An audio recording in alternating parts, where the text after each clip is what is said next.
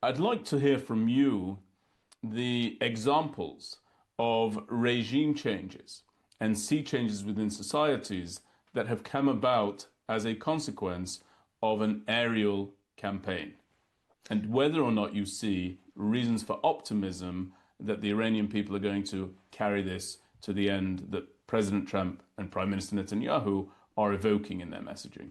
If anybody doubts it, the president has now saying this is the goals of Operation Epic Fury for us.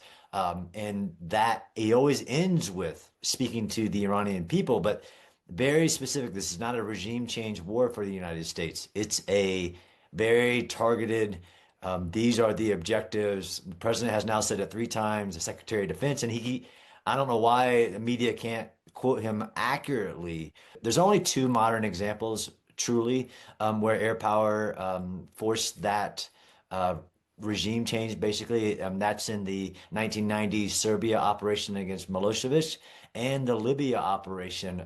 Each one of them have their own context and nuances of how that happened.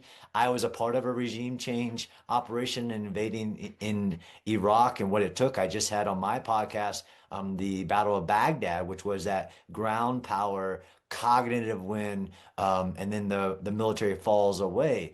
Each country, and that's why we study military history and with depth and context. In this case, though, there are so many indicators, and I know Ruth and others could point them out otherwise, of the population of this 92 million country with rich history, diverse ethnicity, even in the different factions, versus the Islamic regime. What we saw during the protests in January, which is a part of this calculation, of course, is that that rising is a possibility. Of course, the brutality of the regime, not just this in the last protest, was over 32,000, according to some estimates, killed, tens of thousands arrested.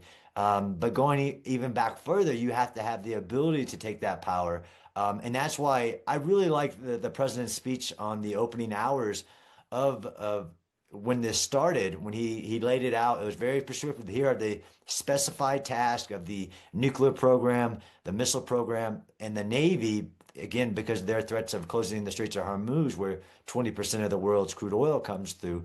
And then he went on to, of course, appealing to even the military in Iran, because that is historic within Iran as well. If you look back to 1979 revolution and who is joining in, that is always a part of the defector part and lessons learned from us. But speaking directly to the people, that this is your once in a lifetime opportunity and a generation, basically a generational opportunity for them. And it's very important for us to say that's not what our goal is. Of course, the world will be a better place. The Middle East will be a better place. But understanding militaries, what it would take to do that, hundreds of thousands of troops necessary to actually seize the power, what we call the center of gravity. I've seen what that looks like. And then the regime change afterwards. It's messy business. That is the preferred course of action, of course, and the unified message of all parties. That's a byproduct of the very specific military goals, which some reason, all the detractors in a political nature want to make this about politics, and it's not.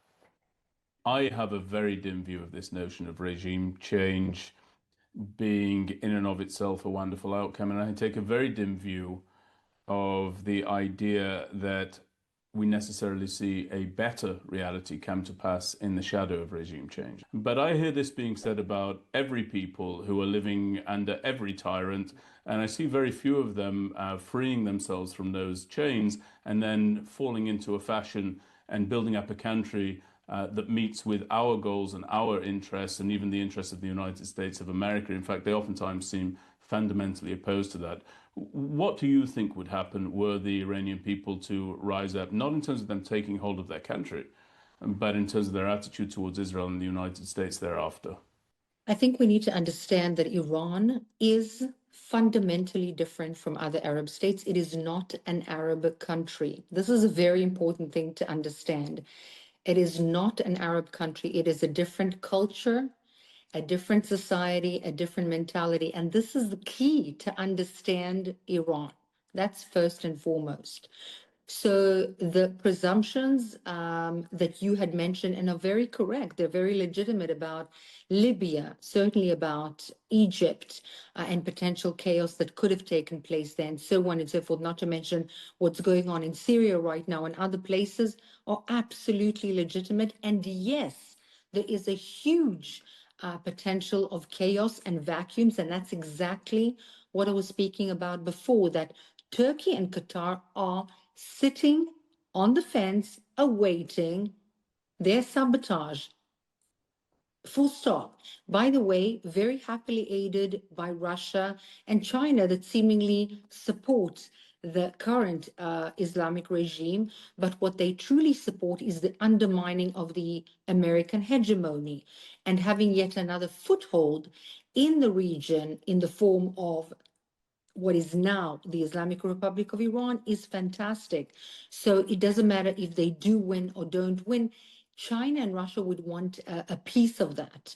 There is a huge danger of that. And therefore, whatever the American administration may say or not, and I'm not a political analyst, certainly not on issues pertaining to the American arena, but whatever they may say publicly or not, if the American administration will not play a role in creating the precise conditions, or not precise, let's take a word precise out of this equation because there's nothing precise about it. It is what it is, instability.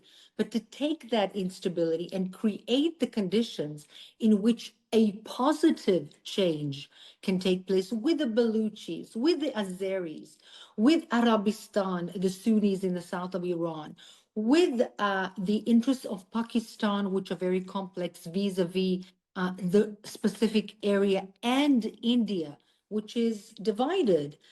It is cooperating with the Islamic Republic of Iran right now and prior to this war, and yet is in a coalition with Israel and the United States. Things are not black and white.